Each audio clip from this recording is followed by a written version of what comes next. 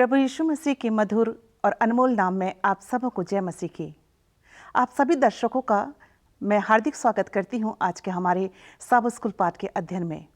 और साथ ही साथ आज हमारे गेस्ट हैं पास्टर आर भारती और पास्टर फ्रैंकलिन फ्रांसिस। मैं आप दोनों का भी अपने साबत स्कूल पाठ के अध्ययन में हार्दिक स्वागत करना चाहती हूँ और खुदावन बाप का धन्यवाद करती हूँ उसके प्यार के लिए, जिसके कारण आज हम सब स्वस्थ हैं, जीवित हैं और परमेश्वर के वचन का अध्ययन, अपने साबत स्कूल पाठ का अध्ययन एक साथ मिलकर कर सकते हैं। आइए, इससे पहले कि हम साबत स्कूल पाठ के अध्ययन में आगे बढ़ें, हम अपनी आंखों को बंद करेंगे और पास्टर आर भारती के साथ दुआ में जाएंगे। आइए दुआ करें।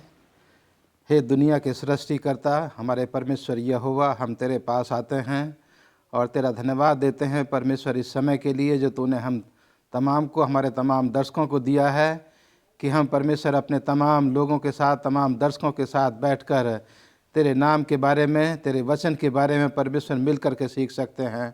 तुझसे विनती करते हैं परमेश्वर कि तेरी पवित्र आत्मा हमें से हर एक की अगुवाई करे कि हम तेरी पवित्र आत्मा की मदद से तेरे वचन को पढ़ सकें, सुन सकें और समझ सकें और अपने जीवन में इस्तेमाल कर सकें, जिससे कि हमारा जीवन एक दूसरे के लिए, परमेश्वर हमारे समाज के लिए, चर्च के लिए, दुनिया के तमाम लोगों के लिए आशीष का जीवन बन सके। हम तमाम की अगुवाई कर मसीह यीशु के नाम में मांगते हैं, आमीन। जैसा कि हम सब जानते हैं कि हम 2020 के चौथे त्रिमास में हैं और ये त्रिमास हमारे इस साल का आखिरी त्रिमास है और हम इस पूरे त्रिमास में शिक्षा के ऊपर चर्चा कर रहे हैं। आज पाठ 9 है और आज जिस विषय पर हम चर्चा करेंगे उसका शीर्षक है कलीसिया और शिक्षा। याद वचन के लिए आप मेरे साथ अपने बाइबल खोल सकते हैं। पहला थिस्सलुनीकियों 2 अध्याय उसके 6 पद से लेकर 8 पद तक, जहाँ इस प्रकार से लिखा है, और यद्यपि हम मसीह के प्रेरित होने के कारण तुम पर बोझ डाल सकते थे, तो भी हम मनुष्यों से आदर नहीं चाहते थे और न तुमसे न और किसी से, परंतु जिस तरह माता अपने बालकों का पालन पोषण करती है वैसे ही हमने भी तुम्हारे बीच में रहकर कोमलता दिखाई है।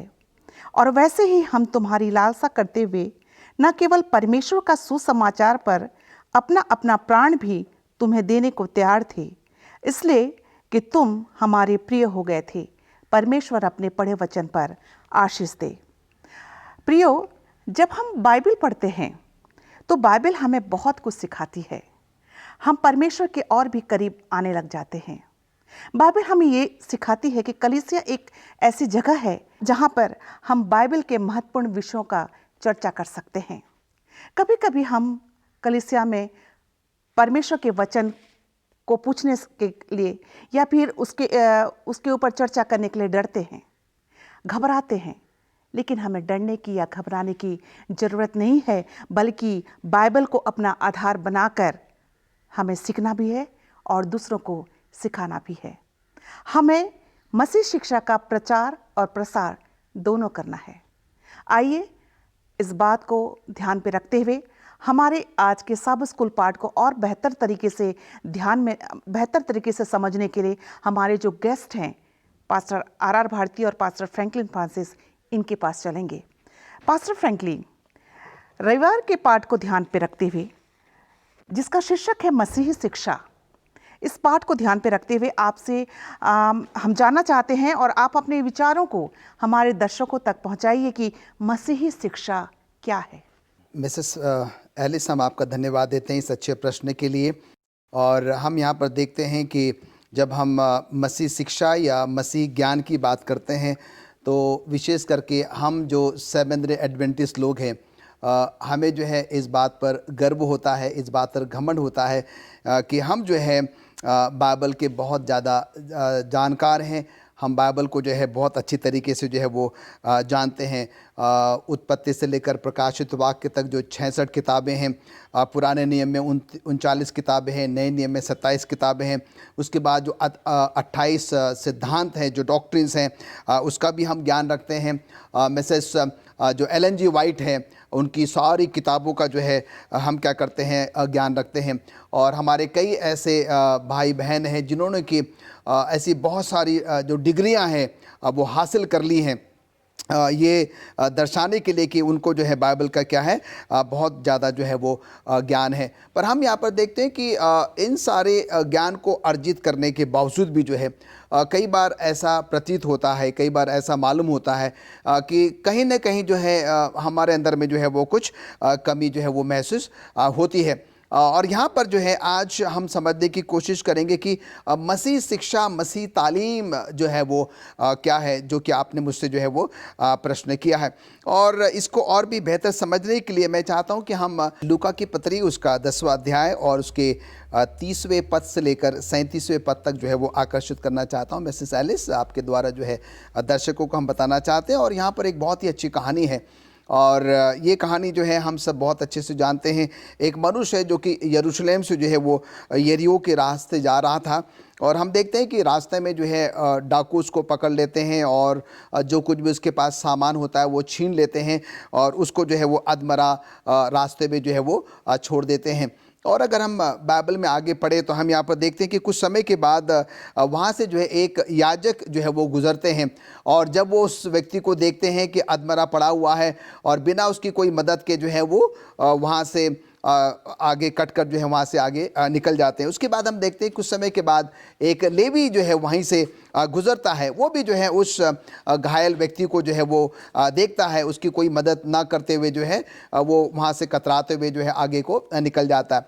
और उसके कुछ समय के बाद हम यहाँ पर देखते हैं कि एक सामरी यात्री जो है उसी मार्ग, उसी रास्ते से जो है वो गुजरता है और जब वो उस अधमरे व्यक्ति को जो है वो देखता है, वो उसके पास जाता है, उसको वो उठाता है, उसके घाव में मलहम पट्टी करता है। मलहम पट्टी करने के बाद जो है वो उसको उठाकर जो है पास के एक सराय में जो है एक होटल के मानिंद हम कह सकते हैं, वहाँ पर उसको लेकर जाता है और उसको वहाँ पर रखने के जो है वो के लिए निवेदन करता है और उनसे कहता है कि इसको आप रखें, इसकी देखभाल करें और जो कुछ भी इसका खर्चा लगेगा वो जो है मैं आपको क्या कर दूंगा, पूरी तरीके से जो है मैं आपको लौटा दूंगा या मैं जो है वो दे दूंगा। तो मिसेस एलिस, मैंने आपको जो बताया है और दर्शकों को भी हम बताना चाहते हैं, ऊपर जो मैंने आपको बातें बताई हैं कि एक सेवेंथ एडवेंटिस्ट होने के नाते कई बार हम बड़ा गर्व करते हैं, घमंड करते हैं कि हमारे पास बाइबल का जो है पूरा जो है वो ज्ञान है।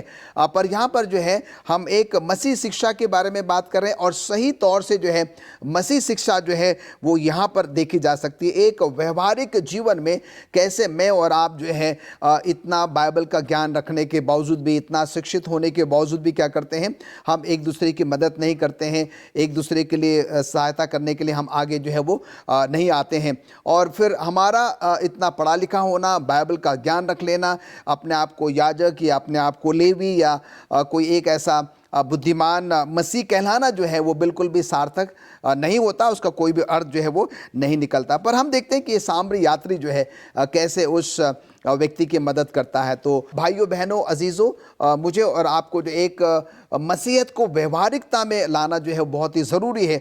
हम कितने भी पढ़े लिखे क्यों ना हो, बाइबल का हमें कितना भी ज्ञान क्यों ना हो, पर अगर हमारे जीवन में जो है वो दया का भाव, वो प्रेम का भाव, वो मदद का भाव अगर नहीं है तो हमारा ये पूरा की पूरा जो है शिक्षा अर्जित करना जो है वो बिल्कुल भी क्या होगा, वो व्यर्थ होगा। और इसीलिए मिसेस एलिस, हम यहाँ पर देखते हैं कि जब मसीह शिक्षा की बात कर रहे हैं तो जो मैंने आपको उदाहरण लूका 10:30 से लेकर 37 पद में बताया, सच्ची मसीह शिक्षा जो है वो यही है। हम सब क्या करें, अपने जीवन में इसको जो है वो अमल करने वाले बन सकें।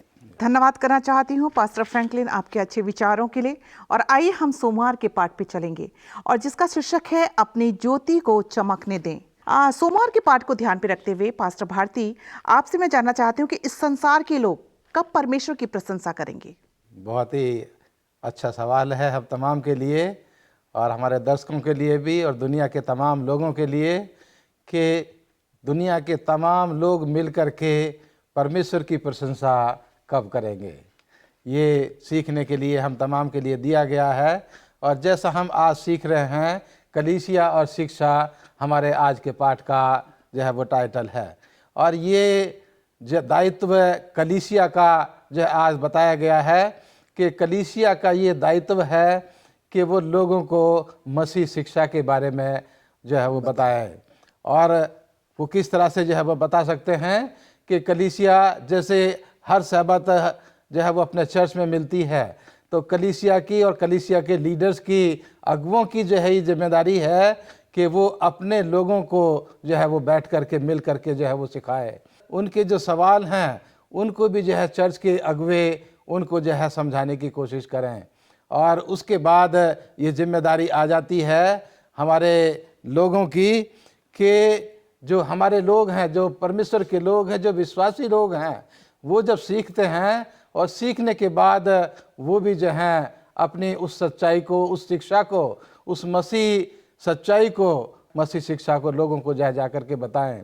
जैसे खुदावंद यीशु मसीह जो है वो यूहन्ना की किताब उसके 8वें अध्याय और उसकी 12 में यीशु मसीह कहते हैं कि यीशु ने फिर लोगों से कहा, जगत की ज्योति मैं हूँ।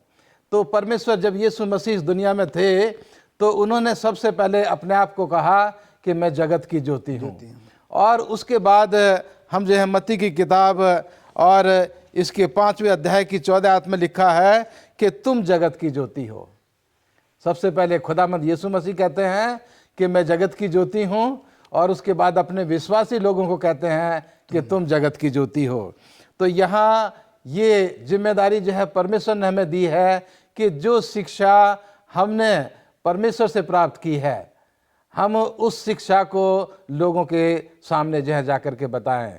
और यहाँ मैं पढ़ना चाहूँगा ये मत्ती की किताब उसके 5 अध्याय की 14 और 15-16 आयत में कि तुम जगत की ज्योति हो। जो नगर पहाड़ पर बसा हुआ है वह छिप नहीं सकता, और लोग दिया जलाकर पैमाने के नीचे नहीं परंतु दीवट पर रखते हैं, तब उसने घर के सब लोगों को प्रकाश पहुंचता है। उसी प्रकाश तुम्हारा उजियाला मनुष्य के सामने चमके कि वे तुम्हारे भले कामों को देखकर तुम्हारे पिता की जो स्वर्ग में है बड़ाई करें। तो यहाँ खुदावंद यीशु मसीह ने अपने लोगों को ये सिखाया कि तुम जगत की ज्योति हो और अपनी ज्योति को लोगों के सामने रखो, और तुम्हारे जीवन को देख कर के दुनिया के लोग परमेश्वर की जो है वो प्रशंसा करें।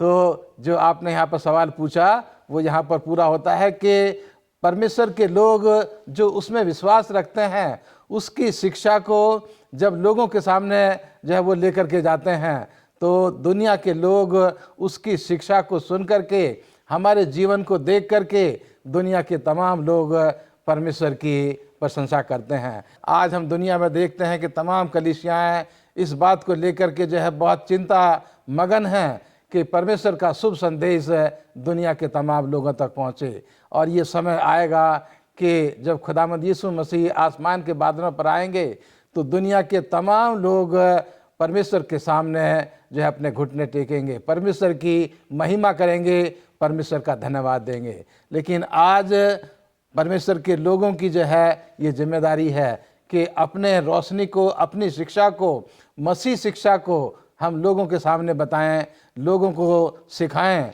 और लोग सुन करके, सीख करके परमेश्वर की महिमा करें। थैंक यू पास्टर भारती, आपके बहुत अच्छे विचारों के लिए।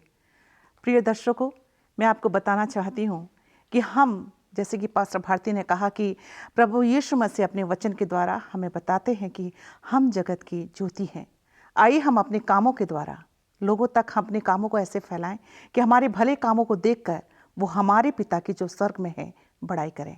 आइए हम इस बात को ध्यान पे रखते हुए मंगलवार के पाठ पे चलेंगे, और मंगलवार का पाठ है यीशु के अनुयायियों के रूप में जीना।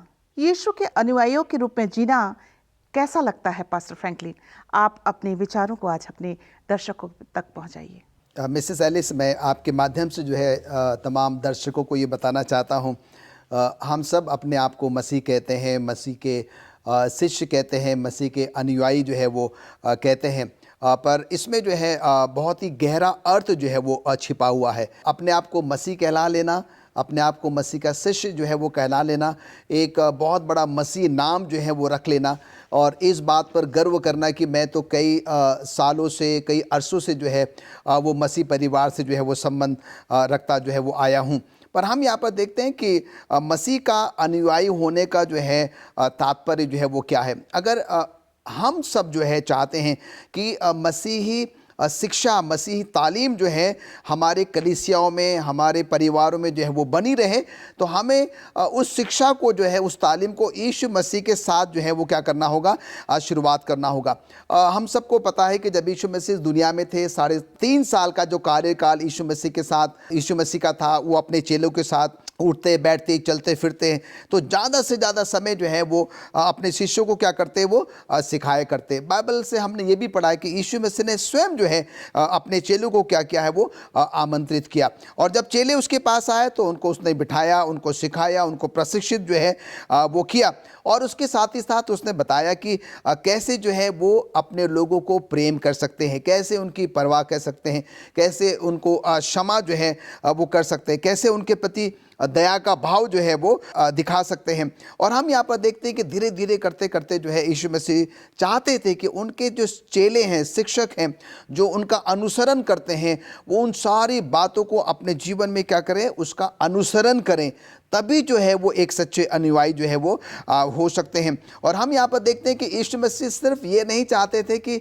उनके शिष्य जो है सिर्फ एक दिन, एक सप्ताह, एक महीना या एक साल तक ही जो है उनका अनुसरण करें, पर वो चाहते थे कि जो कुछ भी उन्होंने यीशु मसीह से सीखा है पूरे जीवन भर क्या करें, उनका वो अनुसरण करें, और जिससे कि वो जो है एक अच्छे मसीह जो है दूसरों के लिए साबित हो सकें। और हम यहाँ पर देखते हैं कि हर एक बात को उन्होंने क्या किया, व्यवहारिकता में एक प्रैक्टिकली जो है लोगों के सामने जो है वो दर्शाया है। और हम यहाँ पर देखते हैं कि अगर हम लूका उसके 4 अध्याय के 18 से लेकर 23वें पद तक जाएं, तो हम देखते हैं कि यूहन्ना जो है 2 चेलों को यीशु मसीह के पास भेजता है और उनसे कहता है कि तुम यीशु मसीह के पास जाओ और उनसे ये पूछो कि भी क्या तू वही है जिसका कि हम इंतज़ार कर रहे थे।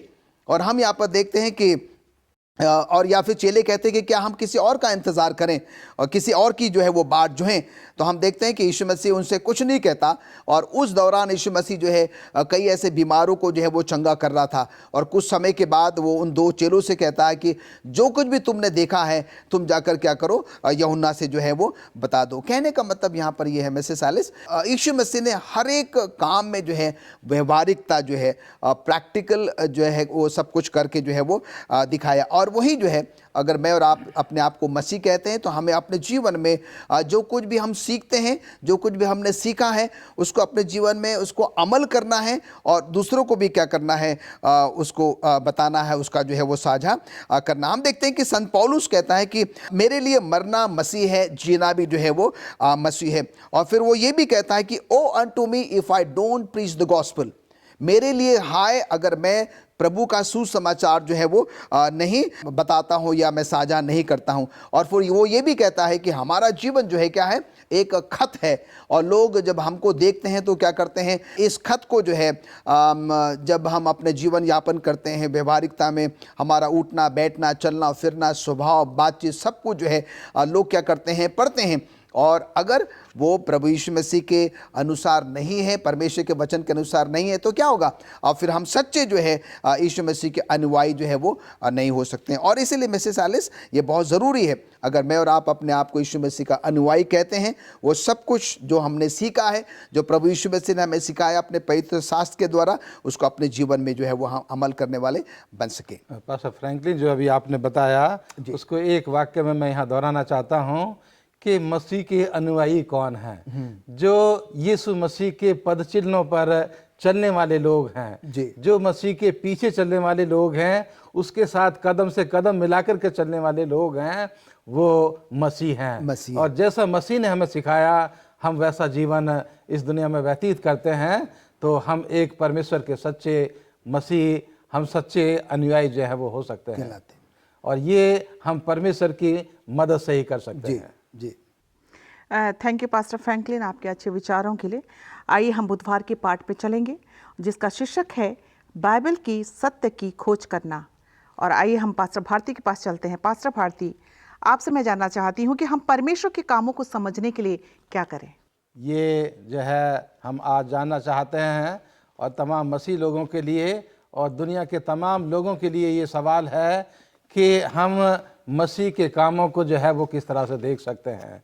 आज हम लोग इस दुनिया के लोग इस दुनिया में रहते हैं, और वो मसीह को कैसे देख सकते हैं, परमेश्वर को कैसे देख सकते हैं।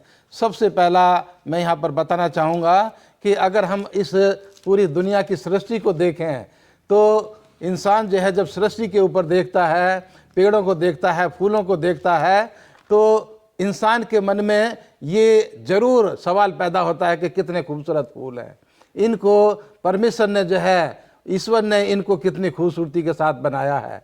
तो इंसान जब ऐसा सोचने लगता है तो वो देखता है कि परमेश्वर के काम जो है वो कितने अच्छे हैं। जब हम आसमान को देखते हैं जो खूबसूरत चांद और सितारों से जो है वो भरा हुआ है, तो हम परमेश्वर के कामों को जो है वो देखते हैं, क्योंकि बाइबल कहती है कि ये परमेश्वर के हाथ की ये तमाम चीज़ें जो है वो बनाई हुई हैं। यहाँ आज हम देख रहे हैं कि हम इंसान होने के नाते जब परमेश्वर को ढूंढते हैं तो और दिल से ढूंढते हैं तो परमेश्वर हमें मिल जाता है। जैसा यिर्मयाह की किताब उसके 29 अध्याय की 13 आयत में लिखा है कि तुम मुझे ढूंढोगे और पाओगे भी, क्योंकि तुम अपने संपूर्ण मन से मेरे पास आओगे। तो यहाँ परमेश्वर यहोवा जो है वो अपने लोगों को बता रहा है, दुनिया के लोगों को बता रहा है कि तुम मुझे ढूंढोगे तो तुम जो है वो पा जाओगे, क्योंकि अपने पूरे दिल के साथ तुम जो है वो मेरे पास आओगे। मत्ती 7 अध्याय की 7 आयत में लिखा है कि तुम मांगोगे तो तुम्हें दिया जाएगा, तुम ढूंढोगे तो तुम पाओगे, तुम खटखटाओगे तो तुम्हारे लिए खोला जाएगा। तो ये दुनिया के तमाम लोगों के लिए जो है ये कहा गया है, केवल मसीह लोगों के लिए नहीं, दुनिया के तमाम लोगों के लिए ये कहा गया है कि जो कुछ भी जो व्यक्ति भी उसको ढूंढेगा वो उसको मिल जाएगा। लेकिन शर्त क्या है कि पूरे दिल के साथ, पूरे मन के साथ उसको ढूंढना है। और यूहन्ना उसका 17 अध्याय की 17 आयत में भी लिखा है कि जो लोग उसको ढूंढते हैं परमेश्वर जो है अपने वचन के द्वारा उनको पवित्र करता है, उनको सत्य, उनको पाक करता है। और आखिर में परमेश्वर का वचन जो है वो सत्य है, परमेश्वर का वचन जो है वो पवित्र है। लेकिन यहाँ खास बात मैं बताना चाहता हूँ कि इस दुनिया के लोग जब मसीह के पास आते हैं, परमेश्वर के पास आते हैं और उसको ढूंढते हैं तो वो उसको मिल जाते हैं। लेकिन जब हम उनकी बातों को पढ़ने लगते हैं, सोचने लगते हैं, समझने लगते हैं, तो हम देखते हैं कि कुछ बातें ऐसी भी हैं जिनको समझना हमारी बुद्धि से जो वो बाहर है। और यहाँ इसलिए सबोपदेशक में जो है वो बताया गया है कि हम जो है परमेश्वर के पास आते हैं और परमेश्वर ने दुनिया से आदि से लेकर के अंत तक जो कुछ परमेश्वर ने किया है इंसान के लिए, वो हम इंसान होने के नाते उसको पूरी तरह से हम नहीं समझ सकते हैं। लेकिन हम परमेश्वर के पास आ जाते हैं और अपने विश्वास के द्वारा हम परमेश्वर को ग्रहण कर लेते हैं और उसके रास्ते पर उसकी मदद से हम जो है वो आगे बढ़ने लगते हैं। थैंक यू पास्टर भारती आपके अच्छे विचारों के लिए। आइए हम गुरुवार के पाठ में चलेंगे और जिसका शीर्षक है हमारे जीवन को साझा करना। पास्टर फ्रैंकलिन, आप अपने विचारों को आज हमारे दर्शकों के साथ साझा करें कि हमारे जीवन को हम कैसे साझा कर सकते हैं। बहुत ही व्यवहारिक प्रश्न है कि हम अपने जीवन को दूसरों के साथ कैसे साझा कर सकते हैं। और इसके लिए मैं आपके सामने बाइबल में से एक आयत पढ़ना चाहता हूँ। पहला थिस्सलुनीको उसका 2 अध्याय और उसके 6वें पद से लेकर 8वें पद तक, जहाँ पर इस प्रकार से लिखता है, और यद्यपि हम मसीह के प्रेरित होने के कारण तुम पर बोझ डाल सकते थे, तो भी हम मनुष्यों से आदर नहीं चाहते थे और न तुमसे न और किसी से, परंतु जिस तरह माता अपने बालकों का पालन पोषण करती है वैसे ही हमने भी तुम्हारे बीच में रहकर कोमलता दिखाई है। और वैसे ही हम तुम्हारी लालसा करते हुए न केवल परमेश्वर का सुसमाचार पर अपना अपना प्राण भी तुम्हें देने को तैयार थे, इसलिए कि तुम हमारे प्रिय हो गए थे।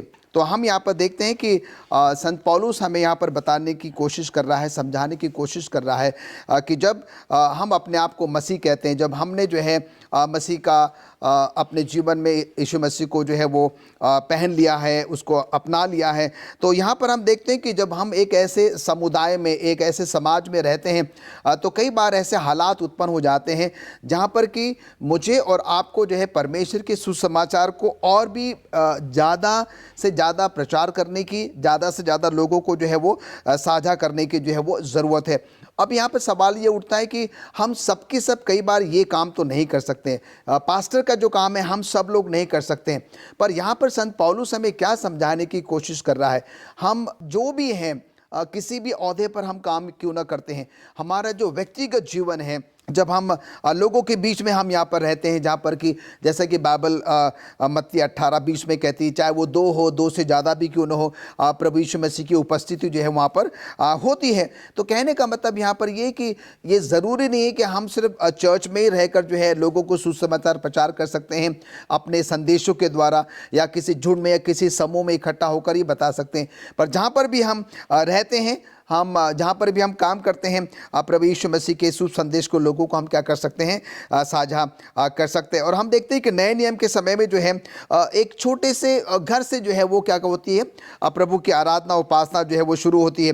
तो उसके बाद छोटे छोटे झुंडों में जो हो जाती है, उसके बाद धीरे धीरे जो है वो कलीसियाएँ बढ़ती चलेगी। हम देखते हैं कि संत पौलुस जो है वो कलीसियाएँ स्थापित करता था और वहाँ पर लोगों को अगुवे ठहरा देता था। उसके बाद आगे जाकर जो है और कलीसियाएँ जो है वो स्थापित करता था। इन्हीं बातों को ध्यान में रखते हुए आज के समय में जो हमारे स्कूल्स हैं, हमारे कॉलेजेस हैं, यूनिवर्सिटीज़ हैं, हमें क्या है कि बाइबल की उन सारी अच्छी बातों को जो है उनके साथ साझा करना भी जो है बहुत ज़्यादा ज़रूरी है। और इसलिए रोमियो 12 उसके दूसरे पद में लिखता है, पौलुस कहता है कि इस संसार के सदृश ना बनो, परंतु तुम्हारे मन के नए हो जाने से तुम्हारा चाल चलन भी बदलता जाए, जिससे तुम परमेश्वर की भली और भावती और सिद्ध इच्छा अनुभव से मालूम करते रहो। तो कहने का मतलब ये है कि जब हम एक ऐसे परिवेश में रहते हैं तो वहाँ पर जो है हमारे साथ ऐसे बहुत सारे अनजाति के लोग भी रहते हैं जो शायद मसीह नहीं है।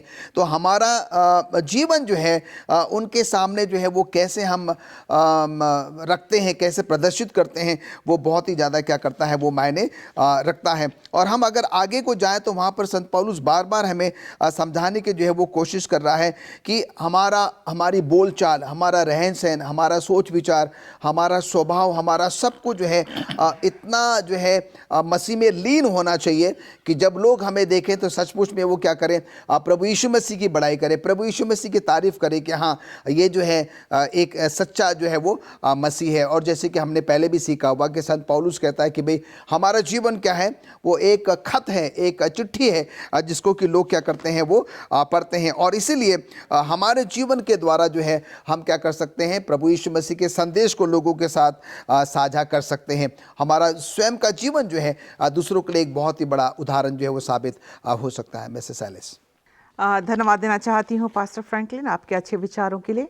और आइए हम शुक्रवार के पाठ में चलेंगे और शुक्रवार के पाठ को ध्यान पे रखते हुए पास्टर भारती, मैं आपसे जानना चाहती हूँ, आप अपने विचारों को आज हमारे दर्शकों के साथ साझा करें कि परमेश्वर के राज में प्रवेश करने के लिए हमें क्या क्या करने की आवश्यकता है।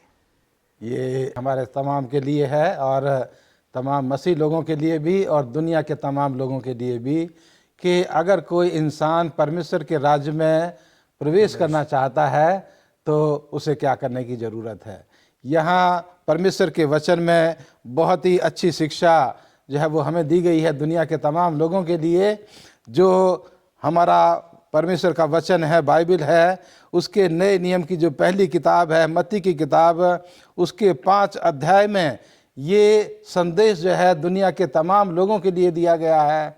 और हमारे राष्ट्र के राष्ट्रपिता महात्मा गांधी ने भी इस संदेश को दुनिया के तमाम लोगों के लिए रखा और सिखाया कि अगर कोई इंसान परमेश्वर के स्वर्ग में प्रवेश करना चाहता है तो अपने जीवन को इन शिक्षाओं के मुताबिक जीना उसके लिए ज़रूरी है। और ये शिक्षाएं हैं, मत्ती की किताब 5 अध्याय की 3 आयत में लिखा है कि धन है वे जो मन के दीन है, क्योंकि स्वर्ग का राज उन्हीं का है।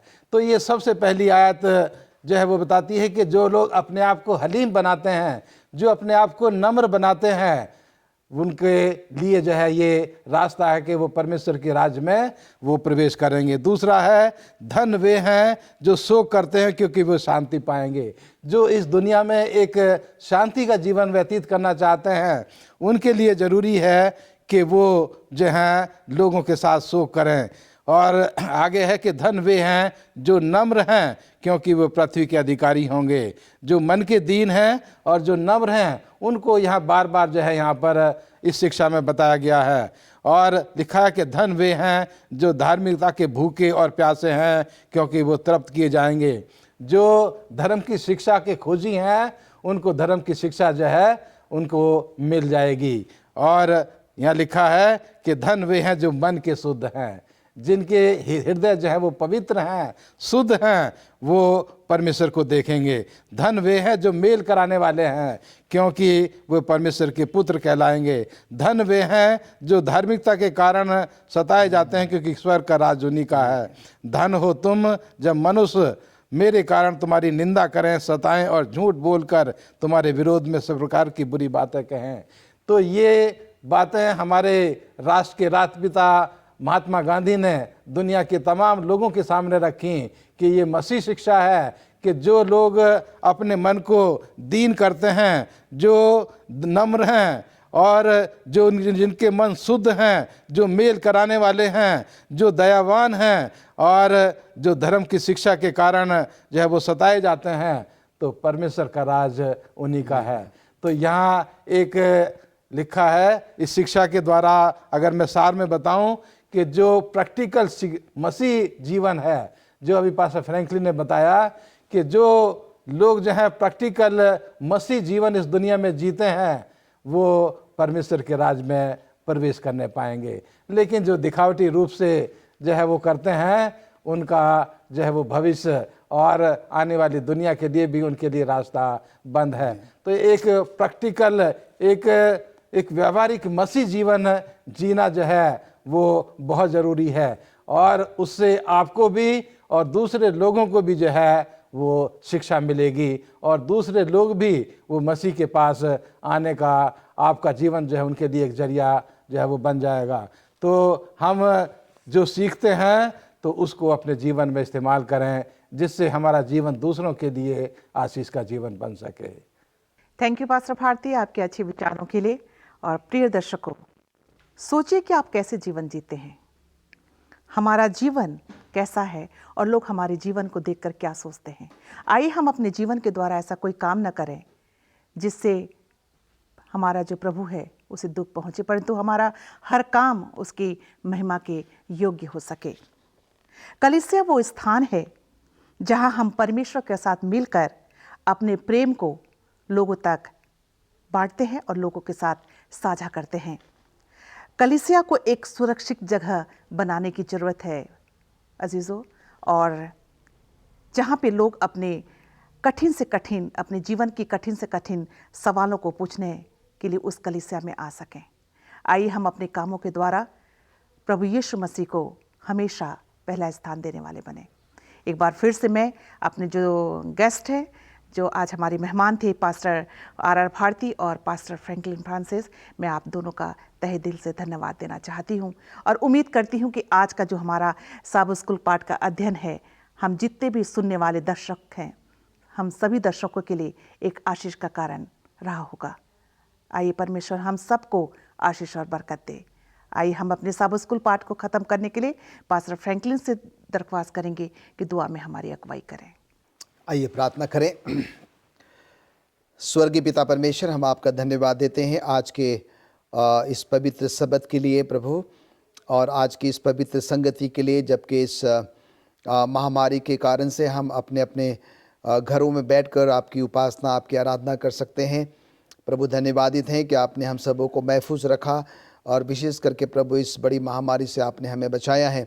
और धन्यवादित हैं प्रभु आज के सब स्कूल पाठ के लिए, और जिसके द्वारा हमने मसीह शिक्षा कैसे ग्रहण करना है अपने परिवारों में, अपने स्कूल, अपने कॉलेजेस, अपने यूनिवर्सिटीज़ में, उसको कैसे व्यवहारिकता में लाना है।